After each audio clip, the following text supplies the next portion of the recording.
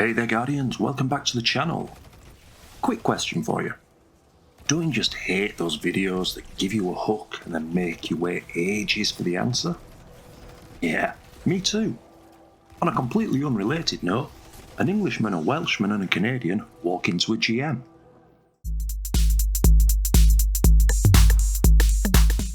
So a couple of days ago I ran some GMs with Hoppy and Tinkup from my Discord. Those would be the Welshmen and the Canadian I just mentioned. And we got talking, as you generally do, about what sort of builds you like playing with.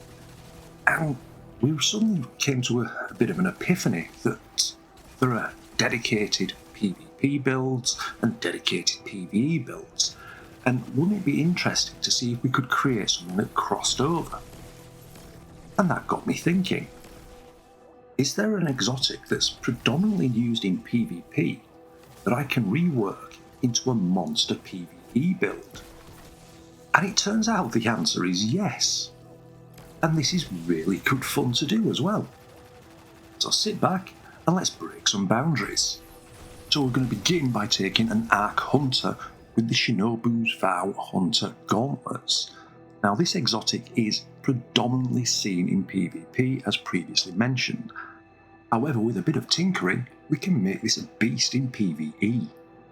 So the Shinobu's Vow grants improved skip grenades, and you gain an additional grenade charge, which is very nice. But skip grenades also return energy when it damages enemies. So the skip grenade fires out 4 drones, and each drone hit will grant 4.2% grenade energy. But on top of this, each drone can hit enemies 2 to 3 times each. So this means potentially we can get 12 returns of 4.2% per hit in PvE, which equates to 50% of your grenade energy.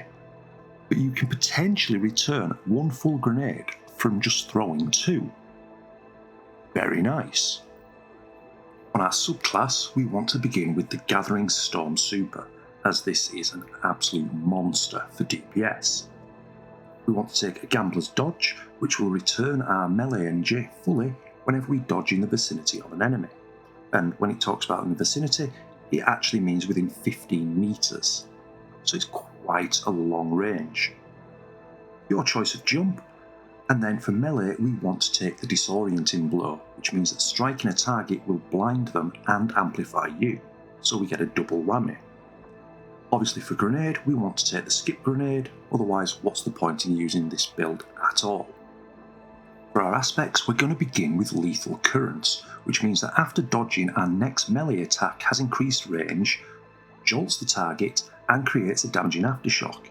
And if we damage anything that's jolted with a melee attack, it also blinds them. So this means we have 2 sources of blinding from our powered and now our unpowered melees. We're going to couple this with Flow State aspect, which means that defeating a jolted target also makes us amplified, so now we have multiple ways of becoming amplified. Also, while we're amplified, our dodge recharges more quickly, we're more resilient while dodging, and reload speed is greatly increased. For our fragments, we're going to begin with Spark of Shock, which means that our arc grenades jolt targets. Now, bear in mind, we've already got enhanced skip grenades. We've already said that Jolt is going to feed into being amplified and blinding, so this is a really strong start. Next, we're going to couple this with Spark of Ions, where defeating a jolted target will create an ionic trace, and ionic traces refill all of our abilities. We're going to take a Spark of Beacons, so while we're amplified, our arc special weapon final blows will create blinding, so that's a third method of blinding. And then finally, we're going to take a Spark of Instinct, so while we're critically wounded, taking damage will emit a burst of arc energy that jolts targets. So we have 3 ways to blind, 3 ways to jolt, and 2 ways to get amplified before we even think about our weapons. This is pretty tasty already. Plus remember that jolting and blinding deals with unstops and overloads. So we've also got 2 out of the 3 champions covered before we get into our weaponry. When thinking about your armour stats, your top priority is resilience. Aim for 100 for the 30% damage reduction. Second priority, Discipline should be unsurprising, get this as high as possible, and then because we're on a hunter, our third priority should be mobility. This is because mobility is tied to our class ability regen on the hunter. And then finally, fourth priority, recovery, because hey, we like to get our health back, and we're on Ark, which has absolutely no healing. So we're going to have to think about that when we look at our mods. For our weapons, we want to start thinking about bringing in additional subclass verbs. So in the kinetic slot, you want something strand, ideally with hatchling. And if you're really good, something with demolitionist as well. However, that is up to you. Strong contenders here are Rufus Fury, Quicksilver Storm, Round Robin, etc. For our energy weapon, we want something that is arc, uses special ammo, and ideally has Vault Shot. Absolute perfect option here is Indebted Kindness sidearm from the Warlord's Ruin. However, other options include things like the Iterative Loop and the Undercurrent grenade launcher. The reason we want this to be arc, special, and have Vault Shot is because with Spark of Beacons, while we're amplified, special weapon final blows create blinding, which stuns unstoppable. If you have Indebted Kindness, you also then have barrier covered with piercing sidearms, and Vault Shot, we all know, jolts, and jolt stuns overloads. So if you are using the Indebted Kindness, that one weapon now covers all three champions, with, granted, a little bit of consideration to what you're doing. And then in our heavy slot, we either want the exotic arc machine gun Thunderlord or the strand machine gun Makato 45, ideally with hatchling and demolitionist. On our seasonal artifact, there aren't many essential selections here. However, the ones I would recommend are piercing sidearms, which means that our sidearms now are anti-barrier. I would recommend unravelling orbs, which means picking up an orb of power grants unravelling rounds to our strand weapons for 7 seconds. Horde Shuttle, where we deal any damage to an unravelled target, it will spawn a threadling. Origin perk Specialisation 1 to boost our weapons. You may want number 2 as well if you are using any of those Origin perked weapons. We want Wished into Being so that we gain additional orbs of power when our super's almost full. And we want Dragon's Bite, so if we break a combatant shield with a strand or stasis weapon, we have a chance to apply Suspend. Beyond that, everything else is completely dealer's choice, and you're going to have to pick some of them just to be able to open up the later columns. Okay, let's look at mods. So on the helmet, we want a harmonic siphon, so whenever we get multiple kills with an arc weapon, we generate an orb of power. And we're going to couple that with a strand siphon as well. So our strand multi-kills will also give us an orb of power. And then the third one we want is either a special ammo finder to keep our Indebted Kindness topped off, or an Ashes to Assets, which will give us bonus super energy on grenade kills. Personally, I think the special ammo finder is more useful here. On our arms, we're going to begin with a bolstering detonation, which grants class ability energy whenever we cause damage with a grenade.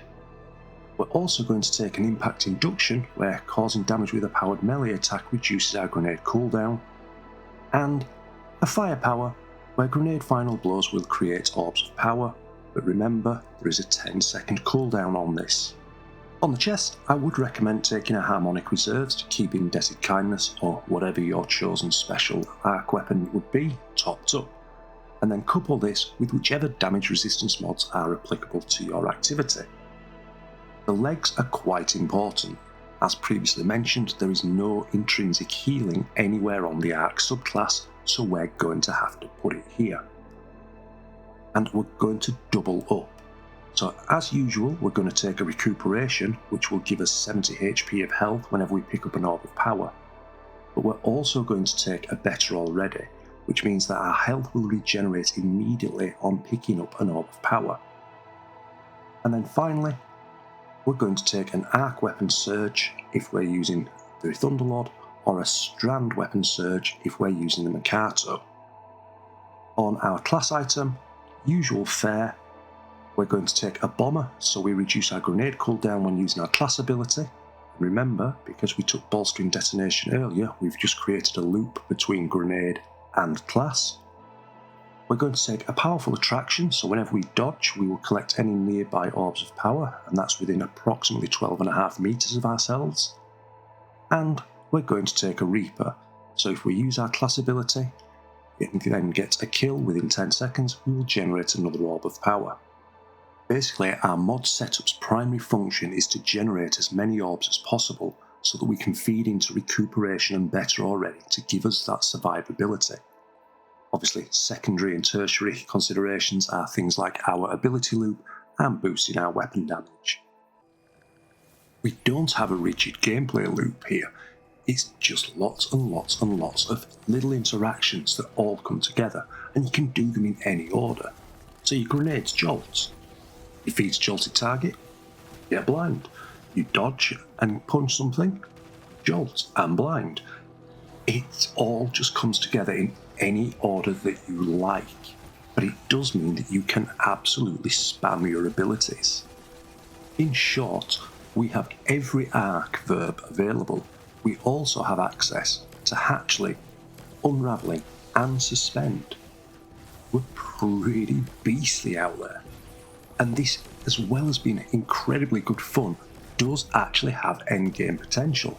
You can run GMs with this. You can solo a content, it is up to you. So there you have it, Guardians. We've flipped the script on what should be a PvP and what should be a PvE exotic. Many thanks to Hoppy and Tincup from the Discord for, well, sending me down the rabbit hole.